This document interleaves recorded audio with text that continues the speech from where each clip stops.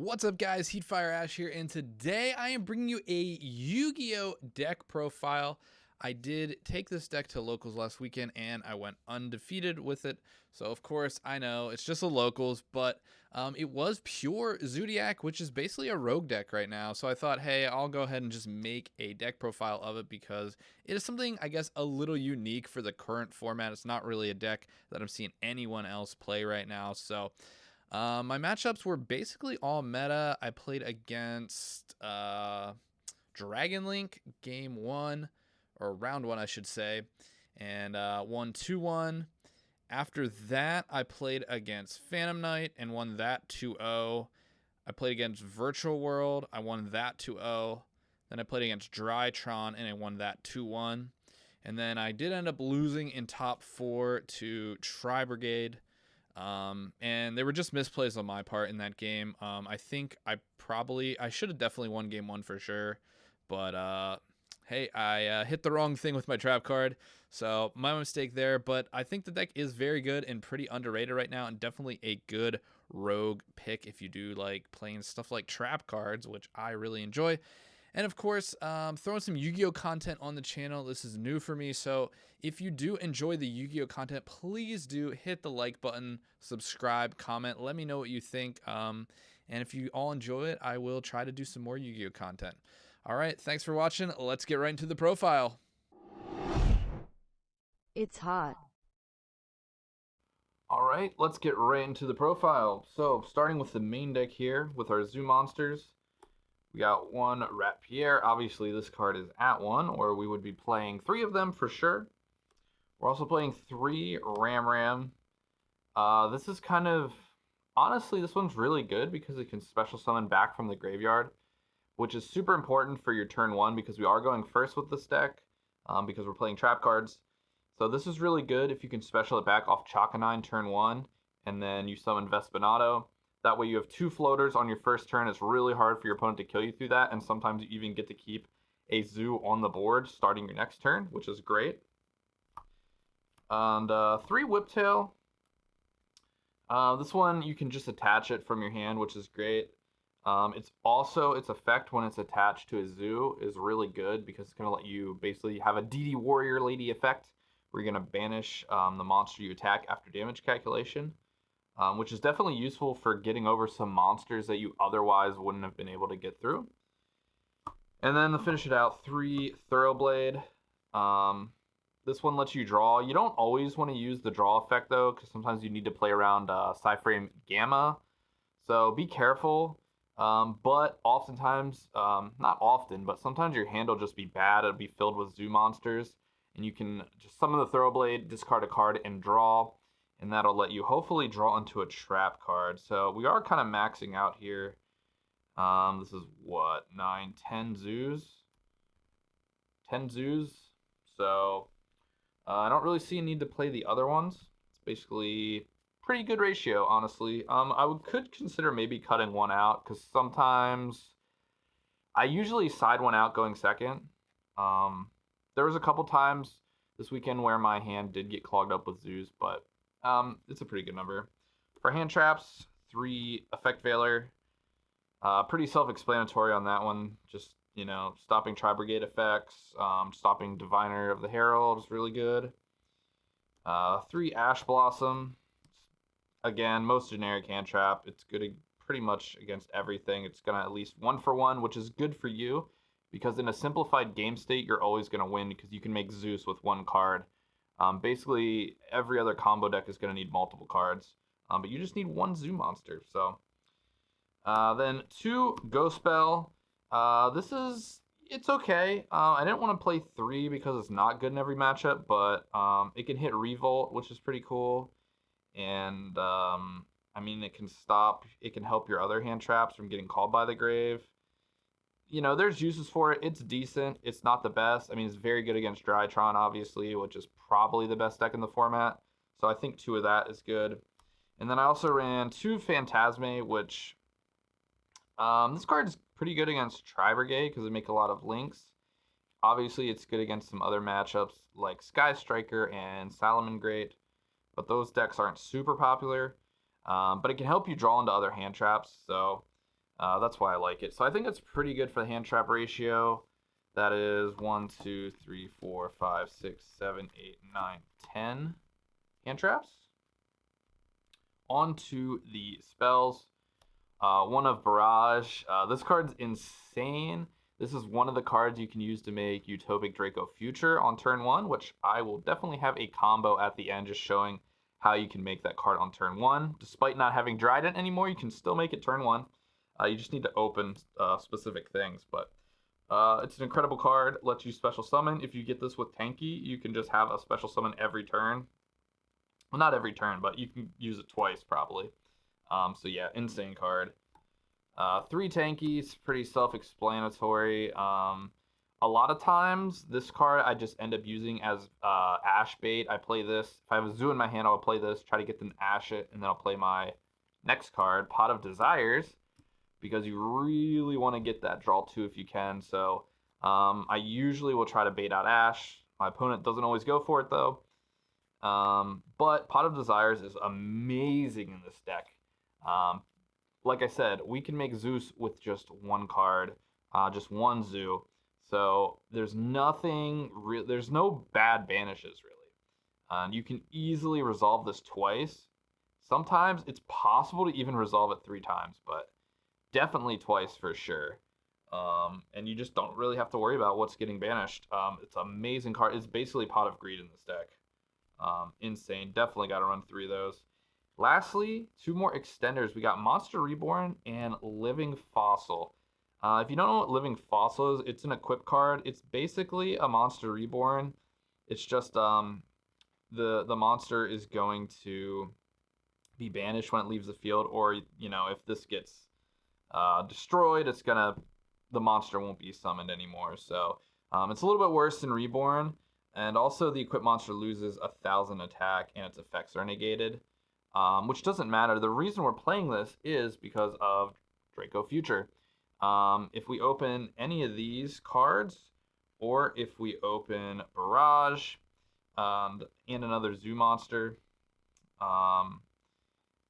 we can make Draco Future. Or with these 2, we need to get a Zoo in the grave, but that's pretty simple. There's a couple different ways of doing that. But these are your cards to make Draco Future on turn 1. That's why we're playing 3, so hopefully there's a decent chance at us being able to open it. I was able to make it twice going first, which is pretty strong. It's just a really strong card. It's hard to get over, but we'll get to that later. On to the traps. 2 amazing floodgates, Macrocosmos and Imperial Order. These cards are insane. They're just blowouts. A lot of times you can win the game just based off of opening these. I did not see these cards even one time at locals this weekend. So I don't know. These cards are insane. They're kind of stupid in that it can just make your opponent scoop when they see them, especially game 1. Game 2, these get a lot worse because your opponent's going to side in spell and trap removal usually against you. But Imperial Order, you can chain it oftentimes against a Twin Twister. Like, you just set it. Like, I usually just wait. And then if they try to Twin Twister you, you can go with the Order. So... And same with macro. I usually try to wait until my opponent commits something onto the board because I don't want I don't want them to just pass their turn usually, because we're never killing them in 1 turn. We need minimum 2 turns. So I like trying to get them to kind of commit something before I flip it. More hand traps, pseudo hand traps, I guess. 3 Impermanence. This card's just insane. Effect Veiler from the hand, and then you can just set it for more effect negation. And, negates the spells in the column, which is just a weird effect for it to have, but it does have it. It comes up sometimes. Crazy card. 3 Solemn Judgment. This is, honestly, one of the main reasons why I wanted to play this deck. I love Solemn Judgment so much. It's just such a powerful card. Can stop basically anything, like any summon or a spell or trap. It's just great. Yeah, I don't know what else to say about it. It's just a crazy card. Maxing out on this. This card's pretty bad going second, though, so I always side this out going second. But going first, it just protects your board. And then lastly, 3 Solemn Strike, which is just the next best Solemn. It's better than Warning, at least right now. Stopping monster effects, very powerful. Stopping special summons is great. And also this card, I will usually keep this in going second, um, because like I said, you're never just like, if you break your opponent's board, which you can do with Zeus most of the time, you're not usually, or just you're never killing them. Like you're never ending them on turn 2.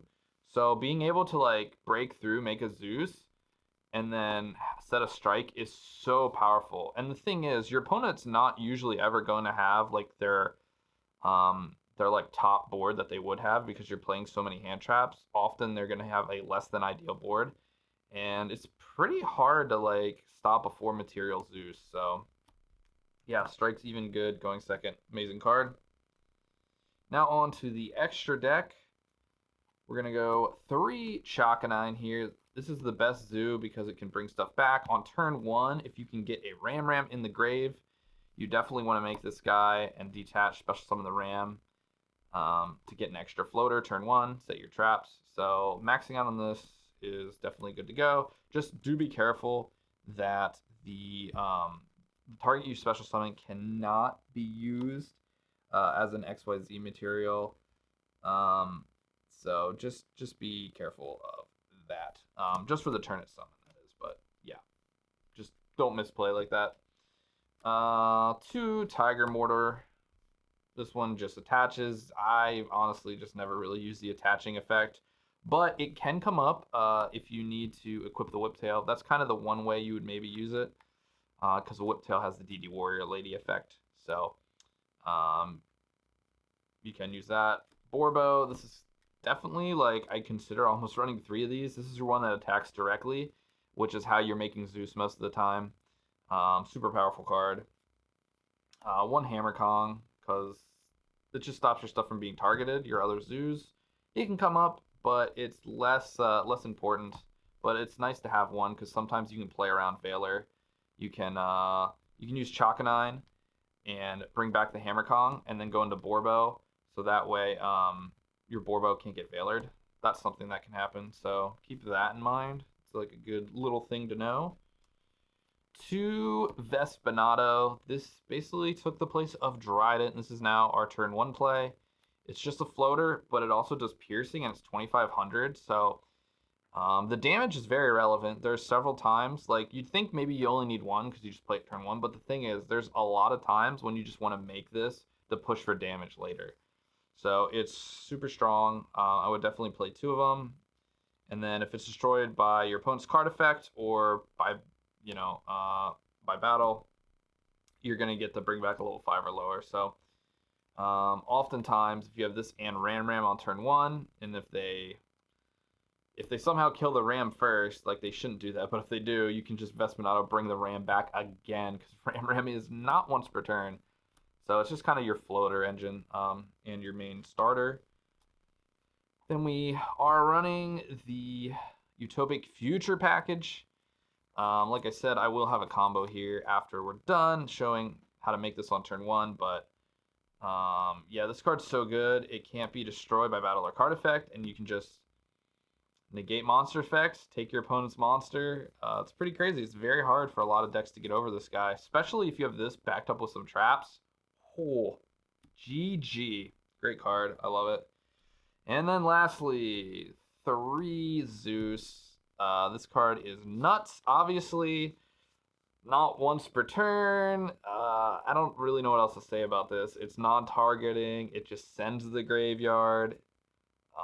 It's just a ridiculous card. You could maybe get away with 2, but there were times, because at first I was only playing 2 of this. But there were times, there was one game in particular that I needed a 3rd one, and I lost the game because I didn't have it. So I said after that point I was going to play 3.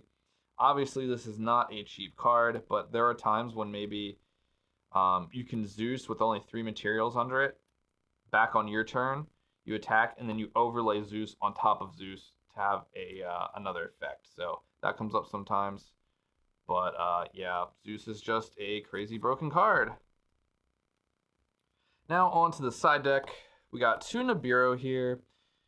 Obviously, any combo deck that's going to be going crazy, I mean, Nibiru's pretty good. Dragon Link, it's harder for Dragon Link to play around this now. Um, yeah, they're just not as strong as they used to be. So it's pretty good. It's not horrible against Drytron either, although sometimes they can search out the orange light early to stop this, so you got to be careful. And sometimes they play talents. I mean, there's a lot of stuff to watch out, but it can be good. I mean, it kind of has use against most stuff, so not bad running two of those.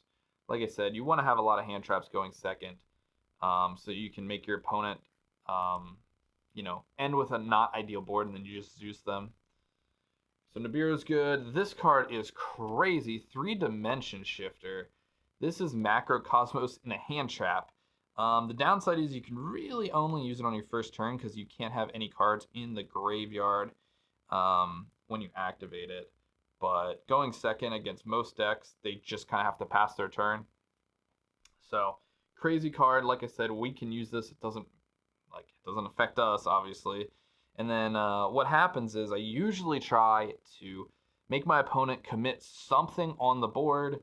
I will wait for them to activate a Drytron effect or something like that, and then I will Dimension Shifter after that, just so they just puts them in a really awkward spot, essentially. But yeah, super powerful card. I think I only saw it once. Yeah, I think I saw it once this weekend. It was against a Drytron player, and it was pretty nuts. They couldn't really do much after that card played. So, amazing card. 3 Ally of Justice Cycle Reader. I mean, this card is super good. Obviously against Drytron. Drytron, I think it's the best deck. It can play through hand traps really well, but this card is pretty insane against it. It's very good. It also can actually play against Eldritch. You can banish the Golden Lords with this, which is cool. It has some other uses against some other decks probably too, but it's mainly there for Drytron. Just a powerful hand trap. Like I said, if you're going second, you really want hand traps in this deck.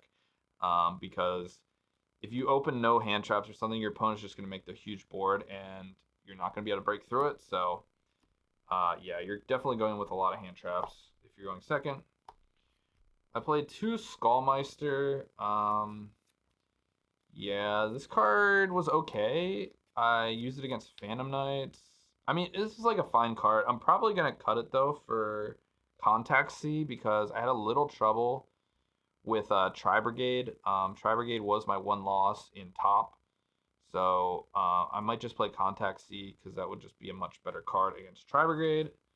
But it's a good card. It hits any graveyard effects, obviously. So Drytron. My thought was hitting stuff like I can hit the Tri Brigade Bear Broom in the graveyard, but the problem is they always chain block it, so this card doesn't really stop them from adding the Revolt to hand, which is what I thought it would do, but in practice it kind of didn't work out that well. So yeah, I'm going to cut it for the Contact C, just to have a blowout against Tri Brigade because that deck is very good. But it's not a bad card. I'd even consider maybe maining these over Bells depending on what the meta's like. 2 Cosmic Cyclones. Just generic back row removal. Good against Shaddolls. I wasn't sure. Because it's locals, you never know what you're going to play against. I know there's one guy that plays Unchained. So I wanted to have something against that deck. Because I think Unchained is probably a horrible matchup for this deck. Luckily, I didn't have to play him. But yeah, Cosmic's just a generic good card anyway. Good against Striker as well.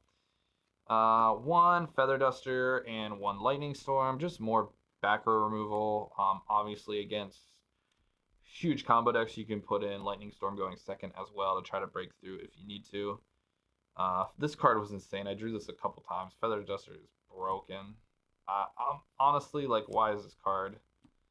I don't know why this card's allowed. I mean, with stuff like Lightning Storm, I don't know why Feather Duster is unbanned, but I'm not Konami, so if it's unbanned, we're playing it. And then lastly, 1 Red Reboot. It's just the nuts against trap decks, and this deck is pretty bad against other trap decks, so Red Reboot can come in handy. Alright, I'm going to quickly go over the Utopic Draco Future combo for this deck. It's very, very simple. But it's not super consistent, but it is very powerful. So basically, you're going to need some combination here. So you're going to need one of either Zodiac Barrage, Living Fossil, or Reborn. You have to have one of these. There's no other way.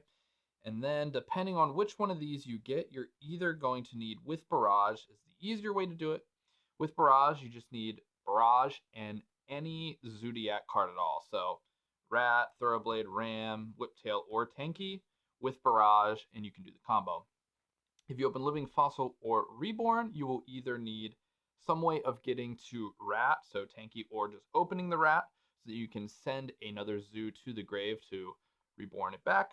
Or if you have Thoroughblade and another Rat or another Zoo in hand, you can use Thoroughblade's effect to discard it to draw a card. Basically, you're just going to need a way of getting a Zoo in the graveyard. So we're going to just go with Reborn here, and we will use Rat for the sake of this. So here's our combo, Rat and Reborn.